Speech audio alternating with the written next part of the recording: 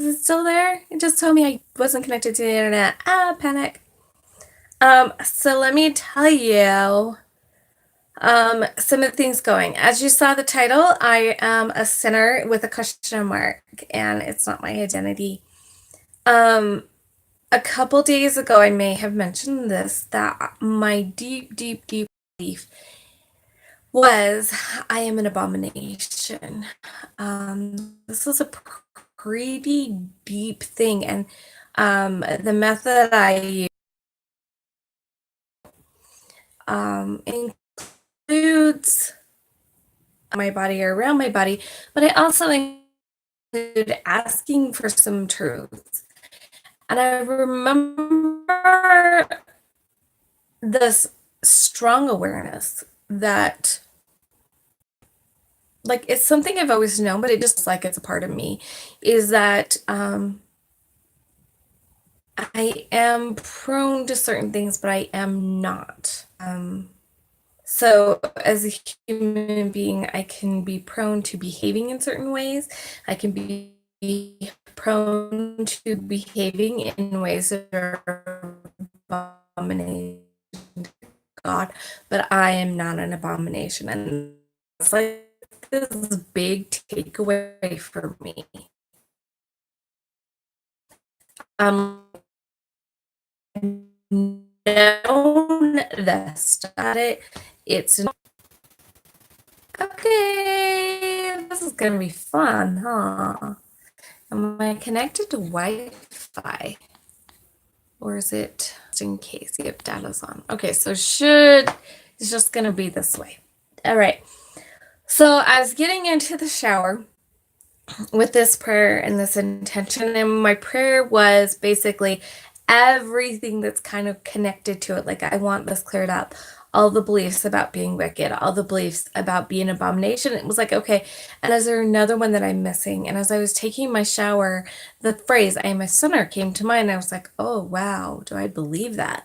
And I realized I do. And I realized that this is one to actually publicly talk about because it's a very common Christian belief that we're all sinners. And it's kind of a false belief because I am not a sinner. I am a human being. I am a spiritual being having human experiences. I am prone to making mistakes.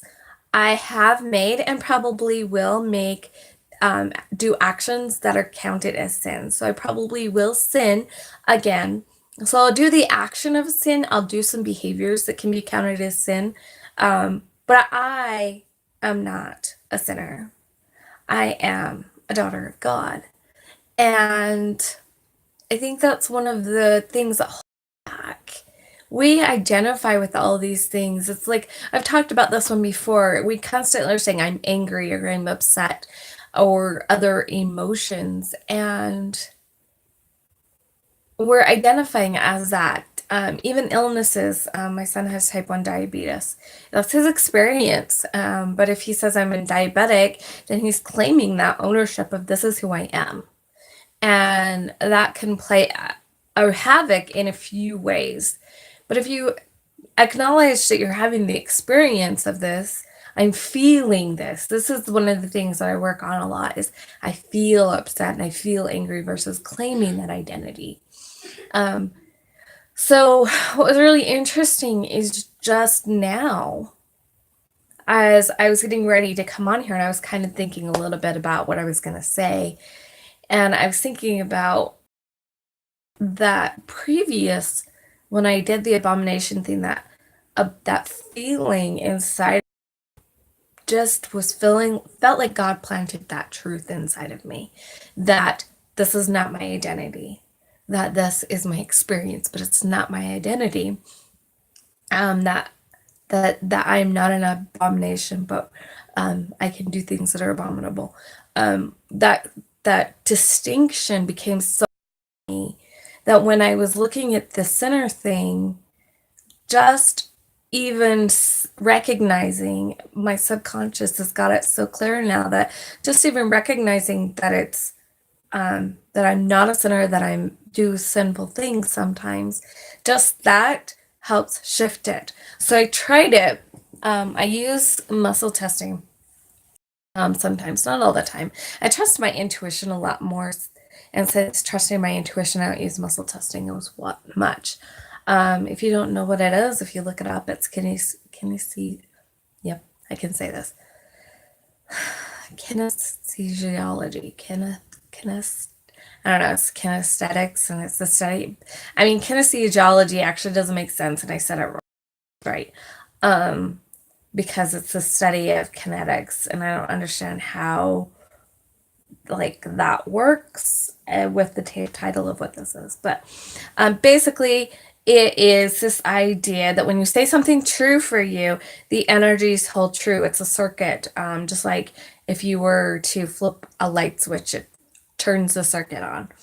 When you say something that's false for you in the circuit, and so your energy, so you when you hold out your arm, or I do one where I put my fingers in loops together and pull, and when I say something that's false for me, my energy weakens. That's why sometimes people drain us, is because we're around these people that somehow put it just it causes some kind of trigger in us or something that causes us to disconnect. And so some things will cause a disconnect, some things will cause a connect. If you say something that's true for you, whether it's negative or positive, doesn't matter. If you say that it's true for you, it'll hold. And so people can use this to help find beliefs. It took me a long time to figure out how to do muscle testing and trust it, how to do some energy work on it, but I got it figured out. So I did it with the belief I am prideful, because that's one that has been running around and in my head a lot. And just before I got on the video just now, I decided, I was like, well, wait a minute.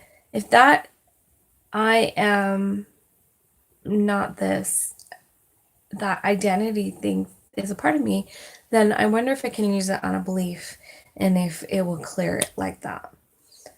So I just acknowledged that I am a person prone to prideful thoughts, and I sometimes do prideful things, but I am prideful. I felt this energy shift. That's one of the things I love about me, as I've been doing energy work for so many years, that I actually feel the changes. And for me, a lot of times it's yawn, sometimes it's shivers, but I can feel when things are changing, and it's so cool, because that's just a witness to me that it's changed. And so I muscle tested it afterwards, and I love that. I love that it can get to a point where, when you have this truth as a part of you, that you are not these negative things. You are not a sinner. You are not an abomination. You are not evil. You are not wicked. You are not poor. You are not mean. You are not angry. You are not hateful. You are not any of these things. You are an incredible being who is experiencing things. You may sometimes choose actions that could support that belief. If you feel like, if you're saying I am angry, you'll have a lot of those feelings that your subconscious will say, see, proof I'm angry. I'm not Amy, that's my daughter. Proof I'm angry. You'll have, if you believe I am poor, you'll have proof that you are poor. But if you can change it so that you believe that, if you recognize it, I have experiences with lack of money.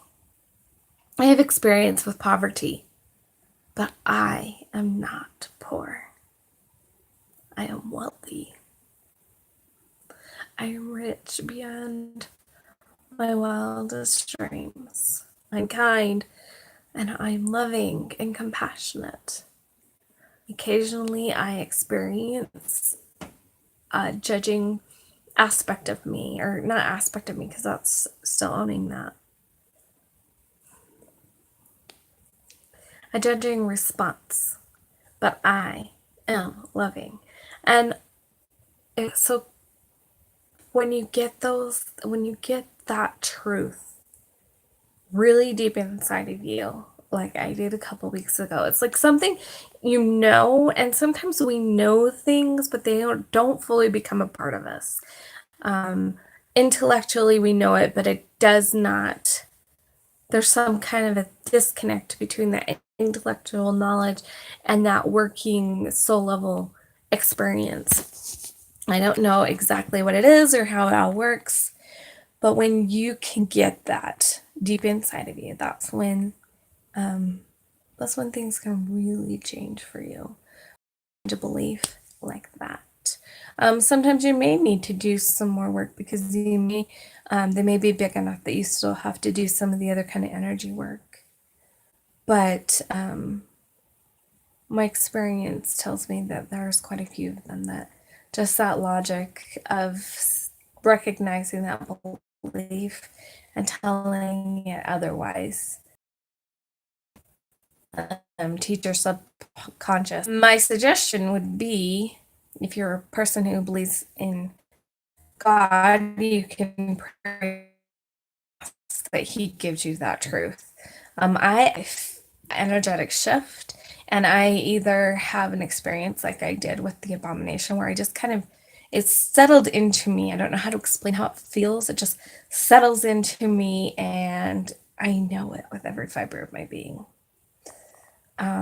Sometimes that happens. Sometimes information just shows up that I was looking for, and it just settles into me. It's like the knowledge was there, but it kind of came into me when I asked the prayer. But I needed another source to activate it for my conscious mind. So there's different ways that it happens. Sometimes I hear words and get a like little information coming to me. But these are the kind of things that happen when I just ask for truth. If you do not believe in God, you probably, if you're watching videos I make, at least believe in a higher power like the universe or your higher self. And you can ask them to give you the highest eternal truth. And it will come from a source that you will accept, and it will be the highest and eternal truth. And so that's my suggestion for you. Remember that these are experiences and feelings and beliefs, but they are not who you are. They are not your identity. They are just your experience. Sometimes you do behavior that is whatever aligned with your belief. I mean, there are things that I do that I definitely behave in a poor way, as if I'm poor. That's a behavior. That's not who I am. And that's my big message for you today. So remember who you are.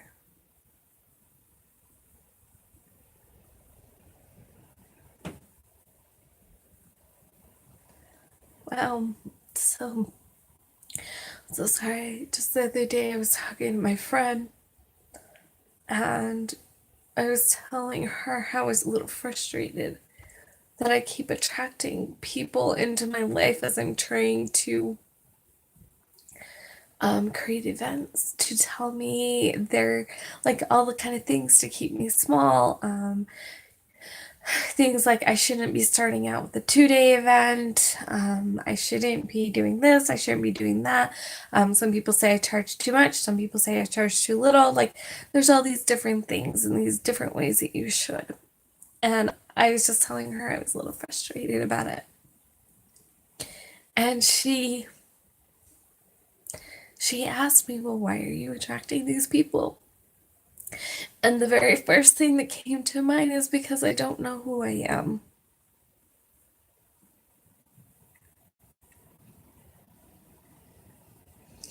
Isn't it funny how I'm always reminding you to be who you are? And when it came down to it, I didn't remember who I was.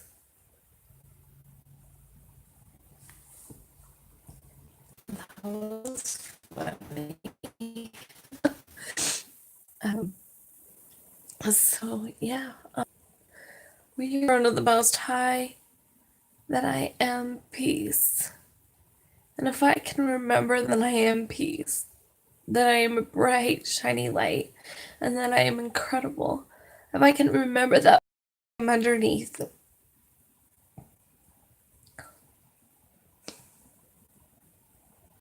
no reason for some of the experiences that I have. There's no reason for me to hold on to these limiting beliefs. I can be the incredible person I am. And I've heard all these things for years, and I've felt drawn to that concept, that authenticity, that being your soul. But it seems like I'm taking on another level of that.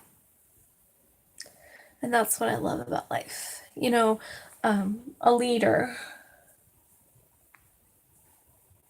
A leader is a person who walks a path ahead of you. And so I can give you all kinds of ideas, but for you to truly come to the place that I'm here to take you to, going down the path, I have to finish crossing over into that area, into that being me. I can only bring you as far as I am, as far as being a leader. I can see things, I can see other people on the path, and I can see what's in their way. But that's not being a leader, that's being a coach. So it's possible to be both, but I want to be a leader. Okay, so now I'm going to end and take a little bit of looking at what I've just been feeling in this testimony of who I am, and knowing who I am on a deeper level. And remember to let yourself shine big, bright, light, and beautiful. Be the incredible you that you were designed to be. And I will work on being the incredible me that I should be. And I'll see you next time.